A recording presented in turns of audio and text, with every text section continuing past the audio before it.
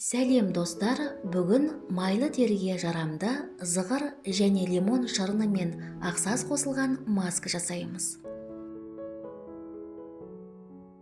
Ол үшін бізге біраз қасық зығыр тұқымы керек.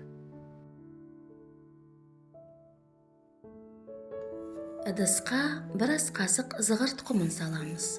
Үстіне 200 мг су құйып, баяу отта 10 минут қайнатамыз. Зығырдан жасалған бет маскасы теріні ылғалдандырып, нәрлендіреді және теріңіздің сау, жас келбетін сақтауға көмектеседі.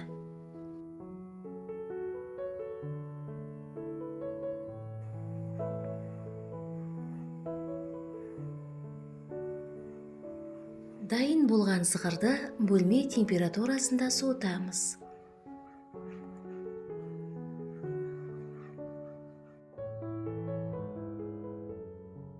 Зығыр гелін алу үшін дәке арқылы сүзіп аламыз. Достар, егер мені қолдағыңыз келсе, каналға жазылыңыз, лайк басыңыз, видео рецепттермен достарыңызбен бөлісіңіз. Достар, көп адамдар каналға тіркелмей көреді екен. Сіздер қай қаладан көріп жатырсыздар?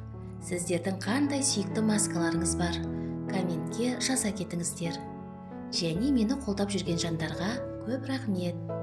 Жаңа рецепттерді жіберіп алмас үшін каналға тіркеліп, қоңырауды қосуды ұмытпаңыздар.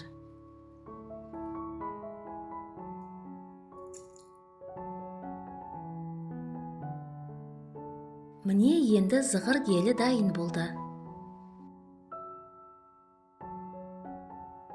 Маска негізіне қосу үшін бізге лимон шырыны керек.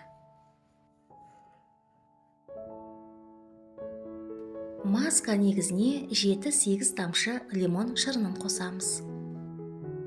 Лимон шырыны бет терісінің серпімділігін арттырады және дерманың жасушаларын қоректендіреді.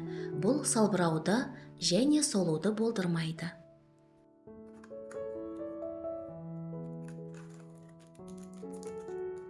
Бізге 1 шай қасық ақсаз балшығы керек.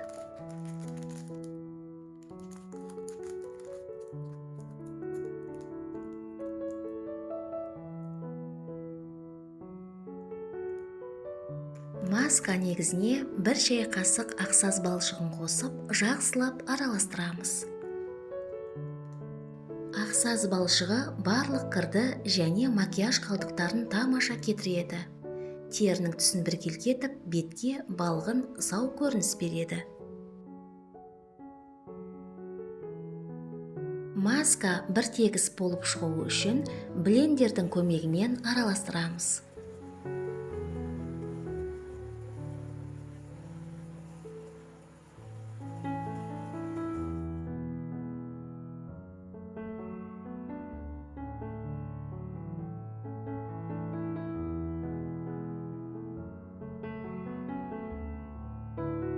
Дайын болған масканы шыны ыдысқа құйып, тоңазытқышта 2 аптаға дейін сақтаймыз.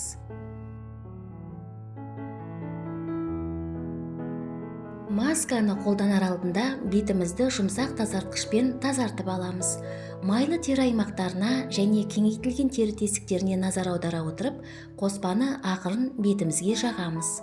Қан айналымын жақсарту және белсенді ингредиенттердің теріге сіңуін жақсарту үшін теріні 5 минут бойы жұмсақ уқалаймыз. Масканы бетімізде құрғағанша 15-20 минутқа қалдырамыз. Содан кейін бетімізді жылы сумен жуамыз. Жақсы нәтиже алу үшін бұл масканы аптасына 2 рет қолданамыз.